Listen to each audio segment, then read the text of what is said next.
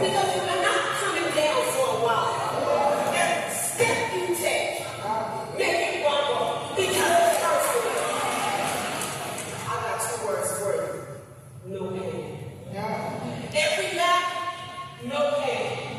Every circle, no pain. Every oh, no pain. Because why? It's personal.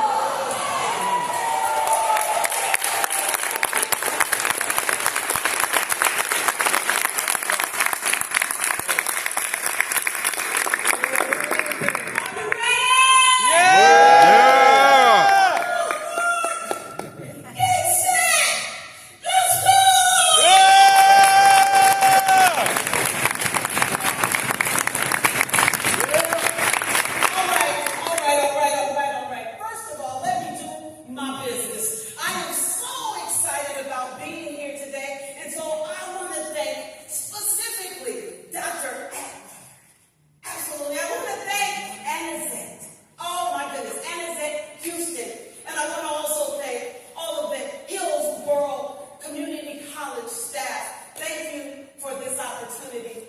I so appreciate it. Oh, and then I just would really be remiss if I did not thank Helios Education Foundation for this wonderful event. It is an honor, it is a privilege to stand here today. Now, I can't make any promises on me and this podium. I can't make any promises that I am not going to jump down off this stage so I can get nice and personal with you. I'm going to do my best. I'm going to do my best.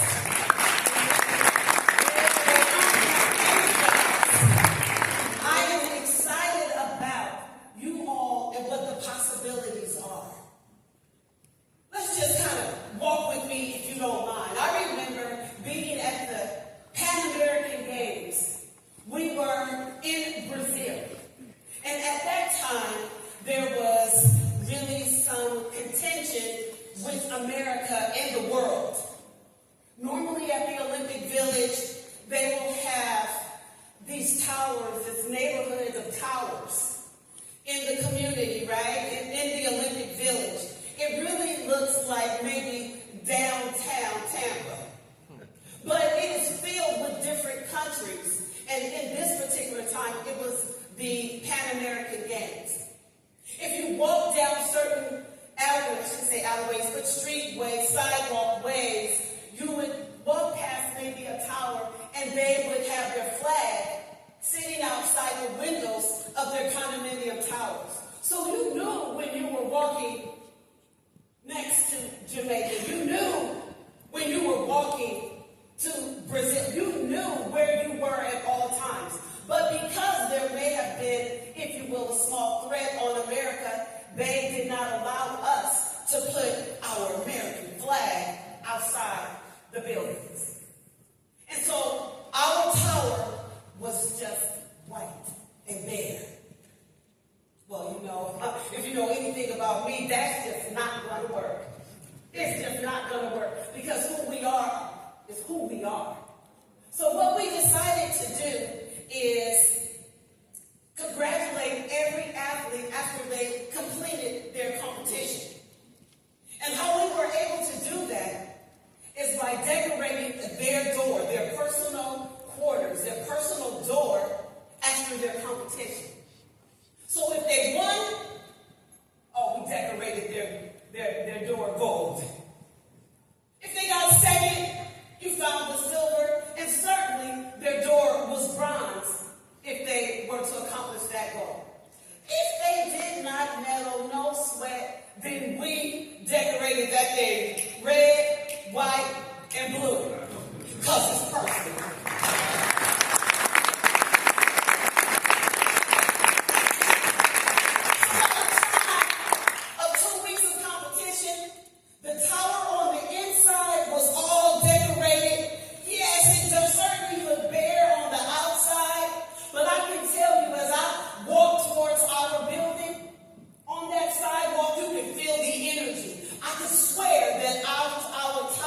Was rumbling.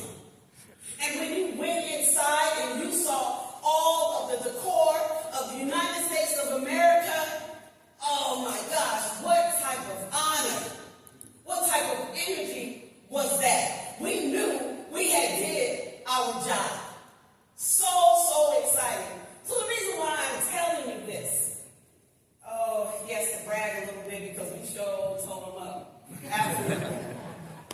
But more importantly, I want you to know that it's about what's on the inside.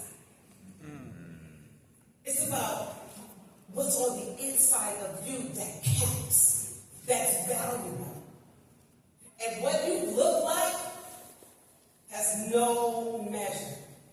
What people may say about you is that's their business. But who you are on the inside, that absolutely counts. In my own experience, when I was young, oh my God, we were so rich. Oh, my mom, she must have made a whole bunch of money. Because I felt so rich inside. I played outdoor. I kiki with all of my friends. I had a wonderful time. No, it wasn't until I got to be a grown woman that I found out we were poor. But you couldn't tell me that because the major things, the most valuable things that I learned was about integrity, commitment. Your word is your bond, your dedication. All of those things, your perseverance, all of those things were valuable. And my mom, she just fed that and nurtured me and my sister, my brothers. She just groomed us in that way. And so we thought that was the most important. Not necessarily, and at the time it wasn't there for me, but it certainly wasn't social media. It certainly wasn't someone saying something about me that tore me into my heart. I don't know if you've ever been there before when somebody is trying to tell you something and they're saying the sky is purple and you're looking at the sky and it's clearly blue. And there's nothing that they can say to you that makes you believe that sky is purple. It is blue all day. As a matter of fact, you start thinking that they're crazy. But you're going about your business. So nobody can tell me anything that would stray me, that would make me feel inept. Again, it wasn't until I was a bit older to understand what it was like for my mom to be a single parent with 4 children. Not because my dad moved on and did some other things, but that she was a woman and I'm the baby of the family. And every single child that we had, or she had, those are the values and concerns that were in her heart. So she guided us that way. It's important. It's important to know who you are. And it's even more important, in my mind, to know whose you are. For sure. Guys, we have different personalities in our black and brown, college-bound Summit folk, our attendees. There are some folks coming from different areas, different walks of life, just a varied type of person. You don't know exactly who you're seeing. You don't know what their experience is. But I'm here to tell you that you all are athletes. Okay. I just heard someone say, I never actually competed. I want to say that that was Dr. Janet. I think she said, Dr. Janet Taylor said in her address that she never competed. But I'm here to tell her, wherever you may be, that you are an athlete. Well, let me just tell you why. Walk with me to that 4x1 relay. Oh, shoot. Look at some folks. We're not going to go get your sweats. Go get your shoes. Calm down. We're not going to really do it, okay? So when you start thinking about the 4x1 relay or the 400 relay or the sprint relay, whichever you want to call it, just know it's going to take 4 people, and please know that those people are going to be fast. I'm going down. Those folks are going to be fast. They're going to be moving, they're going to be grooving, they're going to work it all out. Absolutely. Those 4 people, they don't have nothing but an objective. And the time is ticking. Tick, tick, tick.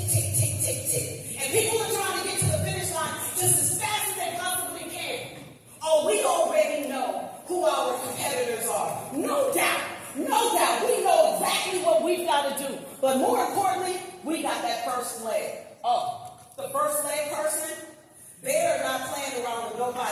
These are people that are multitaskers. These are people that have to hold on to the baton, get in the blocks, drown out the sound of the crowd, run on the curve. Oh my God. That's a lot of multitasking for them to do.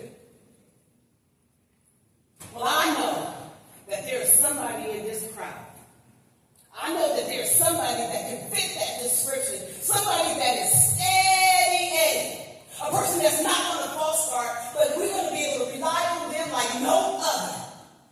I believe that somebody named Jay Abronte. Jay, are you here? Jay's not here? That's all right. That's why we get alternates. So I have to pull somebody else. Somebody, tell me, is that you? You want to raise your hand? You're Jay. Oh, no. No, you just raise your hand. I'm trying to volunteer. Give me some. What's your name, sir? I'm sorry? I am a. Please stand up. Please stand up. You are.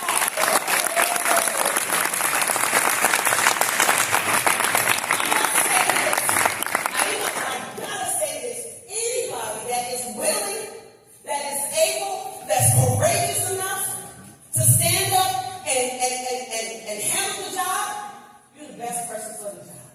You're the best person.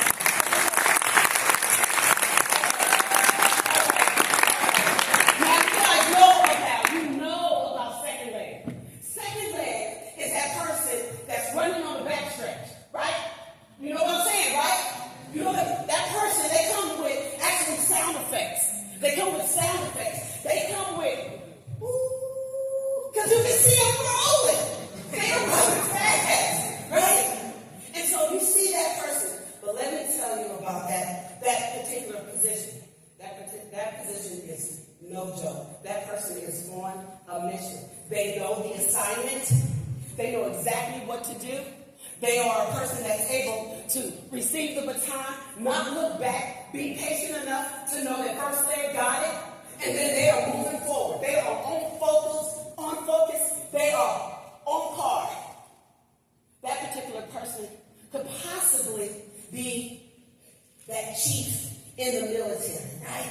Knows the mission, going to be there to accomplish the mission. And so, who knows? I'll ask. We don't know. But I believe that there's a person named Jasmine Carter here. See how when they don't show up, when they're supposed to show up? But what should we do? Do we need to get another alternate? Shoot! Now we need a runoff. Now we got a runoff. Sir, what's your name? Dion. All right then, Dion. Okay now. All right, you don't have to multitask, but you know the assignment. Get it and keep it pushing. All right then. So that's what second leg. Please stand up, Dion.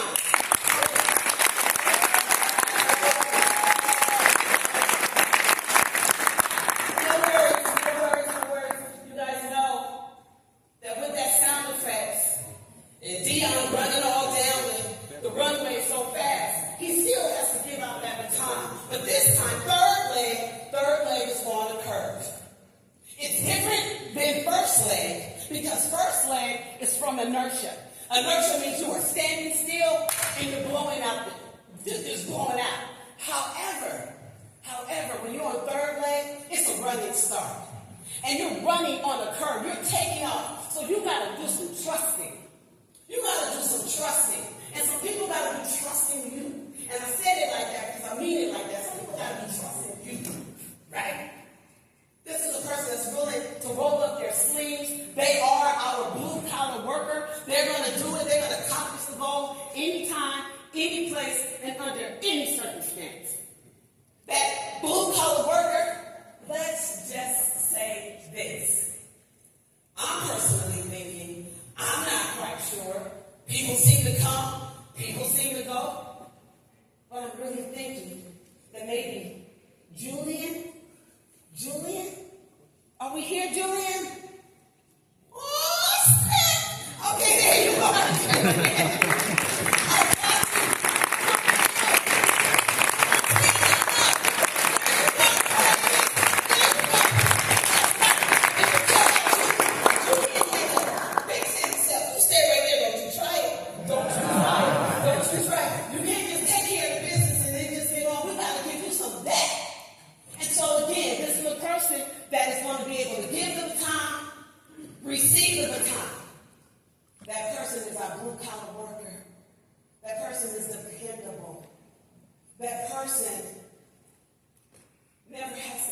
be questioned about their work ethic, about their tenaciousness, about their resilience.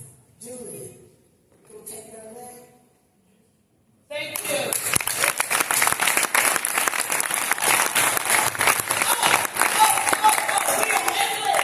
Oh my goodness. Everybody wants to be anchor leg. Everybody and their grandma wants to be. Let me tell you why they want to be anchor leg.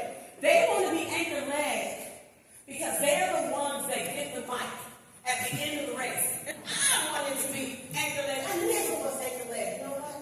That's too bad. Because I had a lot to say. Can't you tell? I had a lot to say. As a matter of fact, when you're on anchor leg, the very last leg, and then all of a sudden we win, we lose, whatever it might be, but the reporter sticks the microphone right in their face and they ask all the questions. They're breathing heavy. You've seen it before. And I just want to thank all that. And here I am standing on the sidelines. I'm not even waiting no more. I'm ready. But never, they missed out. That's all right. Because I got a chance to be here with y'all.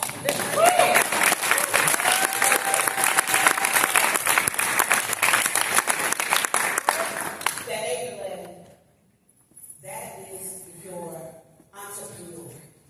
That person has to have that entrepreneurial spirit. That's the person that is going to work day in and day out, no matter what. Of course, they understand the assignment. They have seen first leg, they have seen the second, as well as third leg. They have seen all of them do their work. And they are not going to let them down. They are the captain of that company. They are the CEO. They could potentially be that CFO. Right? So that's that person with that type of spirit. I already know there's some people in here saying, "Oh, pick me. Oh, pick me, Jesus. Oh, pick me." But I'm not. I am looking for Jan. Is there a Jan in the house? Oh, snap! Oh,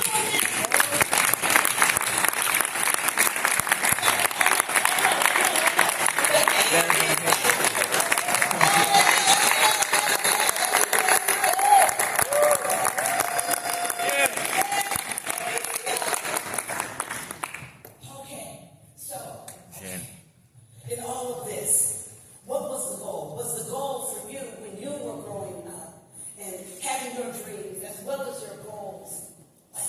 What do you plan on doing with your career? Your career. Undecided. Okay, that's fair. That's fair. But if you did have to dream, what would that dream be in that Hillsborough blazer? Working sports. Oh, snap. There you go. Good answer. Good answer.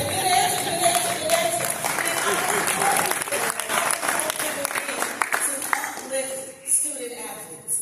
And I would hope that it would be to give them the best experience they possibly could be. Absolutely. So I want to thank you very much, Ms. Jan.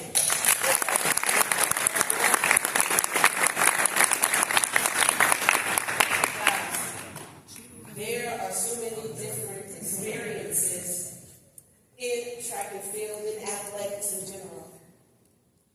You learn so much about yourself. You understand that all of the commitment, the sacrificing, all of those things, they mean something. Big step. They mean something. And so I gotta say this.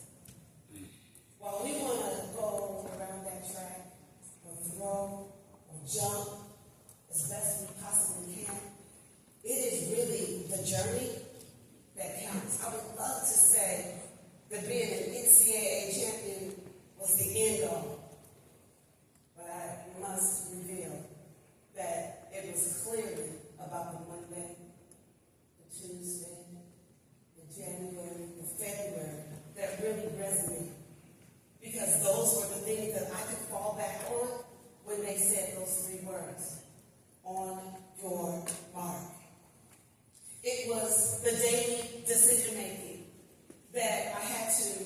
really come to terms with. It was navigating fear when we got on the line and had to give our very best. I had to really recognize that fear is just an illusion of what reality really is. All of the sacrificing that it took in order for me to do that on the track and do it over hurdles was absolutely insane at the time.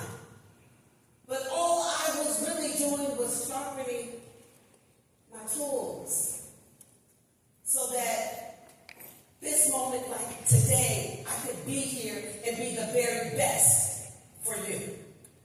Now, I know you might think, oh, that's just, I don't know about that. But I'm here to tell you that there are doctors out there. Be the very best. Because the last thing that we want is you working on somebody and you're not. I know that there are attorneys out there that may have to represent someone or some people to get them out of their mess and improve their quality of life. The last thing you want is their future in your hands and you are not qualified. That's the last thing that you want. And so, as a coach, I had to have some losses. It was important for me to lose some races. Did it hurt? Did it do like Michael Jackson? Michael Jackson had a song and he said, and it looks like it now. I just thought that I could put it in a chance, right? But that, I'm not going to put my day down. At the end of the day, it hurt to fall. But when I was able to get up and look back, and those small wins that became absolutely amazing, those were the important things. Every champion, every single champion had to start somewhere. Every CEO, every CFO, every janitor, every engineer had to start somewhere. Let's get started. Let's get started.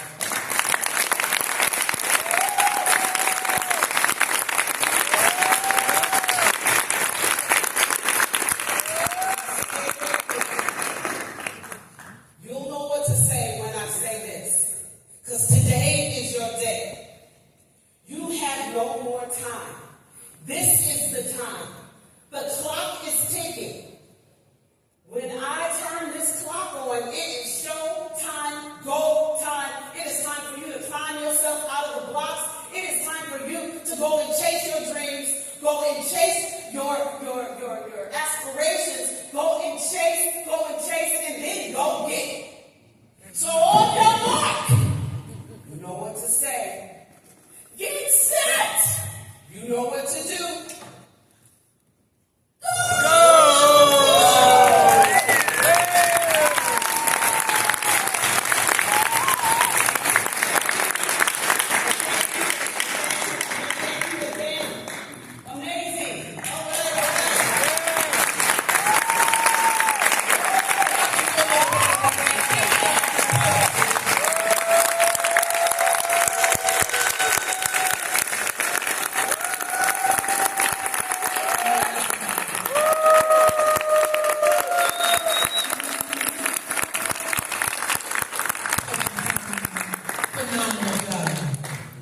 Phenomenal job. From the message, let's have a seat.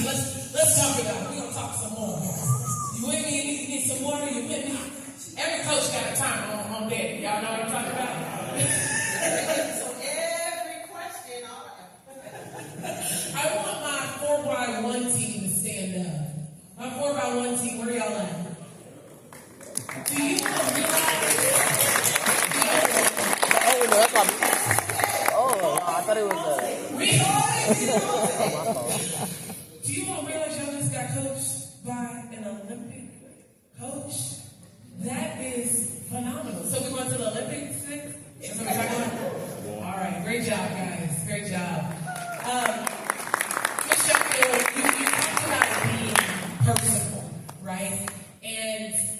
story is one of courage, it's one of perseverance, but I think a lot of people, and we hear all the accolades, we hear all of the good things that come with a lot of our stories. So what's one thing that stands out, some adversity that you may have hit that helped cultivate the woman, the wife, the mom, the head coach, the Olympian that we see today? Wow. There have been so many setbacks, but I definitely understand that setbacks are nothing but setups. So I think that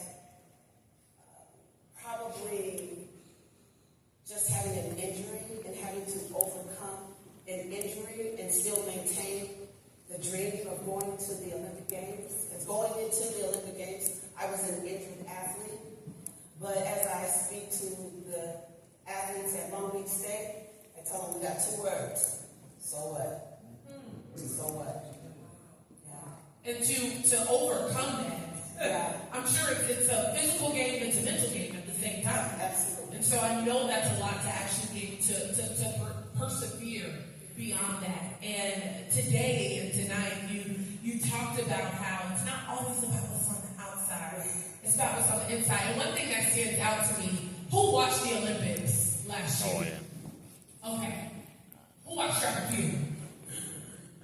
Who watched Quincy Hall? And literally after Quincy Hall won gold in the 400, my tweet was, he got that dog. And it's what was inside him. Nobody had him tapped to win gold. You know what I mean? So when you're coaching these athletes, what are you telling them? They're the best. They're at the top. And like you said, it's not always about what's on the outside and what they can physically do. So how do you coach them through making sure they got the dog in them? Well, the dog in any person, it is just innate. Now that is something that you are born with. It is almost as though you're born with discernment. You know when you shouldn't go down that alley. You know when you need to clean your room before your mama leaves home. Come on, somebody. All right now. So that part of it. But how you bring that out is really he doing all of the work on the Monday, Tuesday, Wednesday. And so for me as a coach, I'm going to say, trust your training. Trust your training. Because that is very clear. He's going to remember the hills. He's going to remember all of the toil. He's going to remember all of the workouts. He's going to remember the days that he was not so successful on the track and what it did to him, because it is nothing like not being successful in a training session on a Wednesday and you got to go to sleep on it. Sometimes, at least for me, I needed to take a shower. It was a metaphoric thing for me, right? And so it's right. I had to wash that thing off. Now, even in the wins, even in the winning, I decided that it would be best for me to take a shower from the end of the day and watch all of that experience go down so that I could create a new canvas for the next day. That's powerful. That's powerful right there. Y'all got it? Yeah. Y'all got how we gonna translate that into our own lives. Even if you're not out on the track, you got practice on Wednesday. I love that you talk about how it's innate, because it's so important to feed us, our souls, right? But a lot of us, when we look in this room, unfortunately, sometimes when we walk in rooms, they don't care about what's on the inside because of what they're looking at from the outside. And so, what message do you have for every black and brown student in this building right now who may not think what's inside is enough? Oh, let me tell you something. Okay. You thought I should set up? Okay, I gotta be like this. Because at the end of the day, I got this last word, but I'm a coach. I'm an athlete. I'm a competitor. I'm from Los Angeles, California. Where they not like us. And I am coaching at Long Beach, somebody stay. That's what folks say, right? That's what somebody says. I'm not at the big Power 5 school that you would normally see a head coach. I'm going to just stand up. I don't mean to be disrespectful. Do your thing. It's the energy. Come on, stand up. How can a kid from LA, California, that comes from just meager beginnings, coach, still at a Division I school, but not so famous, be selected by her peers to head the United States of America? Coaching is not necessarily for that black woman all the time, right? We've had to kick down some doors. We had to what? Make them say our name. So when you know what you know, what you know, you cannot be concerned about what someone thinks. The perseverance, the integrity, the get back up is what you will need every single day, because you will not be able to change what people see, but you will be able to impact what they know. Yes. Can we give it up for her?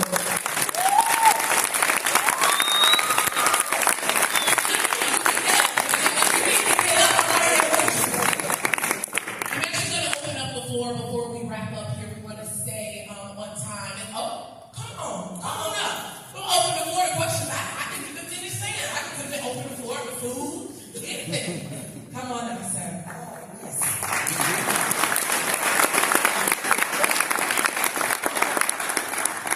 Tell us your name. What school you attend? My name is Rashid. I attend Prince George's.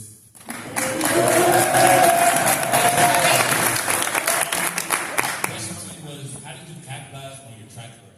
I run track now, and I'm trying to get back into it, but obviously track isn't the most celebrated sport. So athletes usually have to go outside of it to find support so you can continue to do it. My question to you is, how did you step out of track to stay in it? Okay, so for start, let me just go here. All right, I think that this is the truth. I think it's the truth in my world at least, right? So I think that, my spiritual gift is a gift of exhortation. My gift is to uplift folk. That is what I love to do. I love to encourage. I love to just give possibilities. Just think, just make it possibly. And then why not? And let's go, like, who told you you couldn't be great at X, Y, and Z? Right? So that is actually my gift. Right? Thank you for that one, because it feels good when I'm able to do it. When I'm able to live in it, step in it, breathe in it, I feel really good in my space. But in order for me to be even on this platform, there was something that needed to be said, and I think that he said, I am going to give you the talent of speed. And you will learn the lessons on an everyday basis. You're going to understand what it feels like to fail and get back up. You're going to know what those experiences are from other folk and including yourself. So I went to the Olympic Games not one time. I guess maybe I didn't get the memo really well or something. And not twice. No. He said you did learn enough. There's more for you to learn and grow and do. There was different situations. In 2016, in 1988, I went to the Olympic Games. Oh my goodness, that was just a blast. But me as an athlete. But then in 2016, evolved. In 2016, I was selected as the coach for the sprints and the hurdles. But we had the Zika virus. Maybe some of them were too young, but we had the Zika virus that we had to overcome. And then he said, but I'm going to help you out even more. In 2020, I'm going to hook you up with COVID, Sheffield. And so we worked through that. But experienced that, it really was something, right? And it wasn't until 2024 that I became head coach and was able to really exercise my craft as well as my gift. Now I'm at a university and I see student athletes, young adults. I prefer to say young adults, youth coming through the door on Monday, Tuesday, Wednesday, year after year after year. And so I am sitting in all of what I was grown and nurtured and purposed to do. I'm sitting right in that space. So I use my athleticism to be in purpose, on purpose, and for purpose. Yeah, that's right.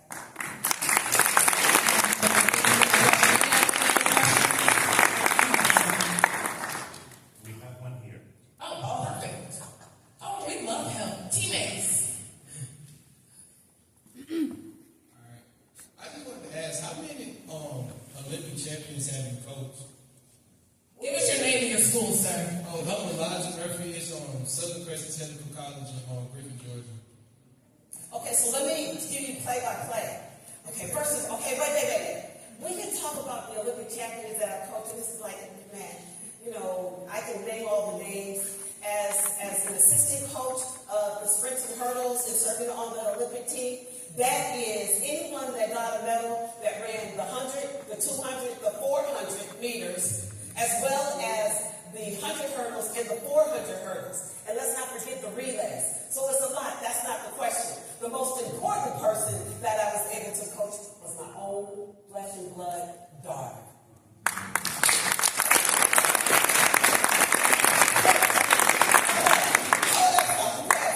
So not only was I the coach for Team USA, but I was also her personal coach. And so I'm not sure if you guys ever watched the Olympic Games where they get the flag after the race. I was able to give my own daughter the flag. Yeah. That was awesome.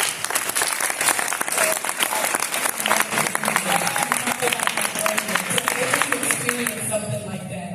So unique. I could only imagine how you felt in that moment. Yeah. Her flag was wet. We were both crying. So, countless Olympians in which she coached. Thank you for your question. We have our next question. So my question to you is, what teacher, what coach gave you that drive to keep on going, that spirit in your body that brought you to this day and where you are right now? Sir. My name is Ryan, and I'm from Marshallville, Plant City. Hey, Ryan.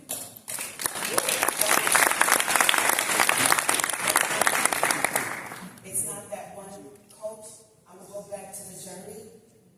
It was my high school coach that introduced me to track and field after I was done being a cheerleader. I know. Okay.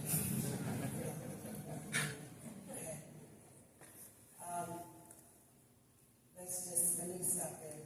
I was a cheerleader in high school because I just wanted to be a part of some people, a group. We've all been there wanting to be a part. You want to get the invitation to the party also. And so when they decided to go on to the track team, then I'm following. So there was my high school coach, I'll never forget him, Mr. Hale, Tom Hale. But then when I got on to college, wow, my brother turned out to be my coach. And it was really super something. His belief in me was amazing. I could trust him immensely. I wasn't one to necessarily, I knew he was working for my good, even though he gave me really hard workouts. Yeah, one time. I'm not going to go into it, but one time. If this is videotaped, if this is recorded and he hears this, he's going to know about that one time. He knows about that one time. And then I think that my husband, I know, was not my coach, but he literally was my personal team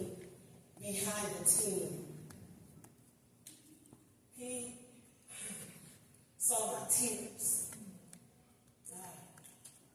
He saw my victories. He heard my dreams and aspirations, and he helped me believe in what I wanted to accomplish. But there was a price I had to pay. I had to give a couple of kids while I did. But I thanked him. I thanked him. He's been all over the world with me. And sometimes not necessarily in the flesh, but on those phone calls. I don't know. Tomorrow, to break them in half. He's been through all of that with me. So I'm not sure where he's actually. He's right there. Go stand up.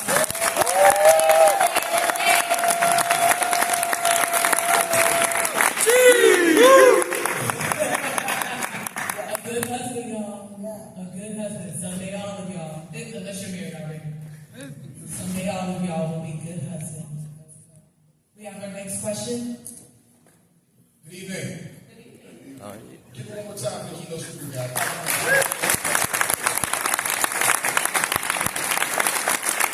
As one speaker to another, as one coach to another, as one educator to another, can you speak to two things? Number one, seeing the spirit of laziness destroy dreams. You said Chicago, right? Chicago, right there. The spirit of laziness. In all my years of being an educator, a speaker, and author, and when I travel, I see the most well-intended young men and young women that speak big and work little. Can you speak to the spirit of laziness and how they can combat that? And then also, again, as a coach, the power of being coachable as a young person. How the power of receiving information. A lot of my guys like to talk. They don't do a lot of listening. Right. So, spirit of laziness and coachability. Well, let me just say this, that when you, and maybe I said it earlier, because it's something that I just truly, truly believe, when you understand that you must sacrifice in order to realize your dreams, if you don't commit to the sacrifice of it, then you sacrifice your dream. Period. If you hang out with folk that are not about nothing, and you know what I mean, just remember this. Your network will determine your net worth. That's a fact. And so it's really super discouraging as a coach when you see a person that is almost, man, they would be good if they just, and that's so hard because we know the results of that, no matter if it's going to be at the end of the week, the end of the month, or the end of the year. And truth be told, the end of the decade, keeping that type of habit will result in nothing good for you or your family. See, coaching is generational, right? And we pour in from someone else that poured into us, that someone poured into. So we stand on shoulders, and we have that discernment, and it's really difficult. It's really difficult to watch somebody just wait for life to pass them by and they're able-bodied. It's very difficult for that. But hey, I'm a coach at a D1 school. On to the next. On to the next. If you don't build that seat, don't you worry. There's somebody hungry enough too. So let's go eat.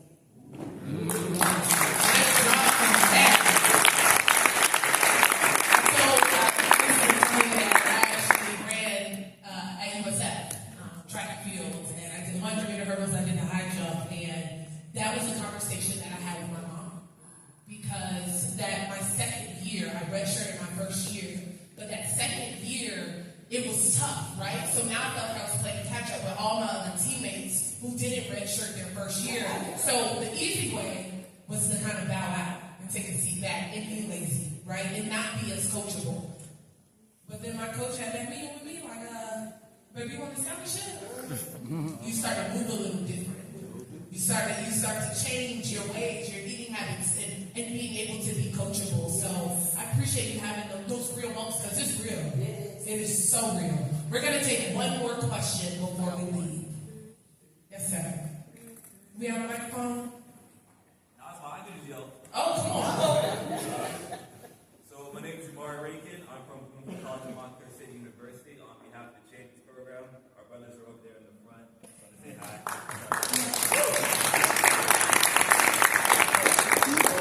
As someone who has such a profound gift for being a coach and is able to recount all the great people that coach them, I just want to know, how important is it to coach yourself, to see your gifts and talent in yourself before others, and help you build that ego? Oh, you know what? That's awesome.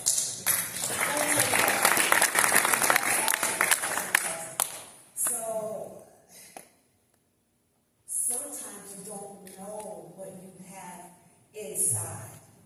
Sometimes it has to be the coach that pulls it out of you.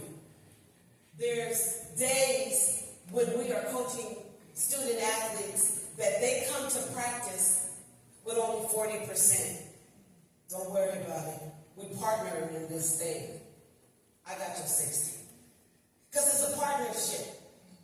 And not every single day is that workhorse day. Sometimes you can give as much as you possibly can, and it's not quite enough. You've got to align yourself with someone that still continues to believe in you like a coach. So I would love to say that you've got to know first. I did not know first. I wasn't born and they said, behold, the next Olympian. There wasn't that kind of party. Y'all, I got to tell you this, and I know, somebody's going to tell me time. I know. So let me just say, so I went to this track meet. It was an indoor competition. And normally, typically, when you have professional athletes, you do not pair them with their competitors. Well, for whatever reason, this particular track meet, they paired me with a girl from Jamaica. I'll never forget her. Her name was Sandy Richards. To this day, she made such an impact. It's not she, it was the moment. It was the moment that was really pivotal in my whole career of track and field. And so they paired us in the hotel. Well, Sandy had got to the hotel room before me. She had got comfortable. As a matter of fact, when I went into the room, she was already in the shower. She was in the shower. She was doing her thing, right? I put my bags down, and she came out. And she came out bare. She came out bare. And when I tell you I saw that body and all those muscles, clink, clink, clink, clink, clink, clink, clink, clink, clink, bam, bam, bam, bam. I was like, oh, shoot. Oh, boy. So, in me, so, what-ish, right? So when it was my turn, I was thinking to myself as I was unpacking my bags, getting ready for my show. Yeah, I'm about to show her. Absolutely. And so when I got out of the shower, I didn't quite open the door yet. But I recognized that when I was putting my lotion on, there's this one. And so I just went and put my jammers on and went to bed. Yeah, that was the thing. Before the race even started, I was beat. So I get that sometimes you want to know what you got to know because it's important to know. But sometimes you got to take a blow whooping. So now you're going to find out. So that's what I say to that.